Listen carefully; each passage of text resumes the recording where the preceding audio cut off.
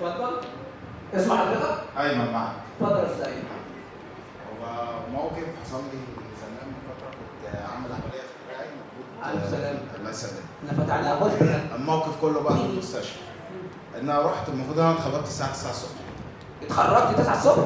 لا اتخرجت الساعه 9. اتخرجت 9 الصبح. اتخرجت بدري يا ايمن كلنا. انا هعمل ايه بقى؟ كنت شغال في الشغل بقى وكده، والمفروض ان احنا كنا ساعتها رايحين نلعب كوره. قلت لهم لا انا رايح الشغل.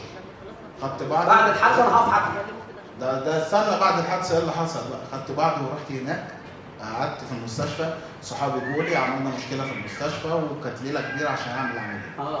انا قاعد تحت هما بيتخانقوا فوق، انا قاعد ماسك تليفون واحد صاحبي كان في فيلم جديد قاعد بتفرج عليه وسايب تحت ولا في دماغي، انا ايدي مفتوحه ومتخيطه صح. ما تتحركش يا باشا ولا في دماغي، مش هما بيتخانقوا فوق يقول انا قاعد تحت رايق في التكييف. خدت بعضي وبعدها طلعت عملت العمليه، قعدت بتاع حوالي ساعتين وشويه. فطالع انا اصحابي مستنيني بره، فالمفروض انا راجل عامل عمليه كبيره في ايدي، كانت قطع وتري. الف سلامه. الله يسلمك. فانا طالع انا المفروض تعبان، فاصحابي لقوني طالع مره واحده بزق الباب برجلي وطالع السلام عليكم عاملين ايه؟ انت كنت بتسال في اوضه العمليات بالظبط يا باشا. والله ولا اي حاجه ولا اي حاجه، والله زقيته برجلي وطلعت. يا جماعه في ايه؟ كلهم بصوا لي انت بتعمل ايه؟ ده مش جرح، ده جرح. ده واخد بنج. قلت لهم ما فيش اي حاجه. اللي هو مش واخد بنج، انا واخد فوتك ولا اي حاجه. عاوز اقول لك ان انا جيت تاني يوم بعديها، قلت للحاجه عندي في البيت، قلت لها انا رايح اعمل علاج طبيعي، ورحت لعبت كوره وقفت جوه. ده كان علاج قيصري مش علاج طبيعي. وقفت جوه بدراعي المكسور. بدراعي اللي معمول عمليه، وصديت بيه كوره. والله صديت بكوره. والله صديت بكوره. اعمل ايه طيب؟ بالجبس. على طول. ده كان جبس فوق. يا باشا انا هستنى تاني يوم على طول. يا اخي قدر الديكور اللي في ايدك تعبانين عليه، صعبانين اي حاجه تعبانين عليه، قدر البرتقال اللي حاطينها ولا اي حاجه. ده راجل خير. ونزلت على طول. ده اهمال، ما حدش يعمل زيك. لا طبعا ما حدش يعمل زيك. اللهم بلغت اللهم بلغت. عندك حاجه تقولها؟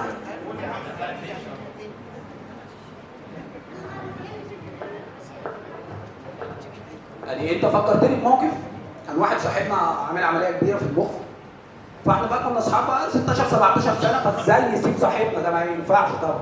فكلنا رحنا المستشفى، كنا بتاع حوالي 5 أو 6. هو بيبقى واحد مرافق، انت مثلا بتيجي على بعد ميعاد الزياره بتبقى الساعه 5 ولا 6 ولا بتاع، احنا بقى ايه مثلا واحد نام وانا نازل تحت السرير، واحد تاني واقف ورا الستاره، واحد يروح الجنينه لحد ما الامن والدنيا تمشي، وبعد كده كلنا بنبقى 6 مع واحد. الصبح احنا طبعا لسه بقى قايمين من النوم، بنقلب في الدواليب بقى بتاعت المرضى، مالناش فيه بقى، احنا جعانين دلوقتي، في فعل انت عايز تاكل، مالكش دعوه الاكل ده بتاع مين.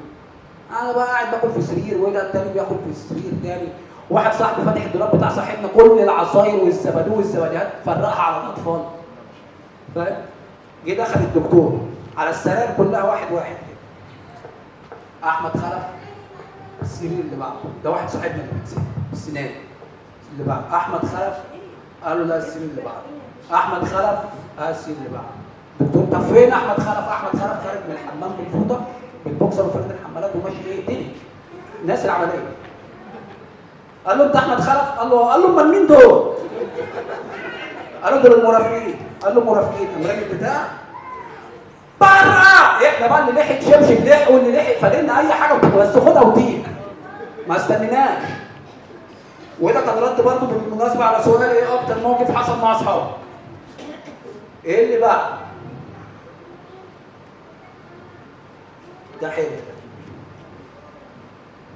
استاذ عبد الحليم حبيب جاي لك يا هرم.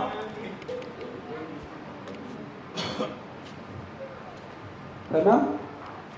فين المايك يا استاذ حليم؟ ايوه ادور المايك.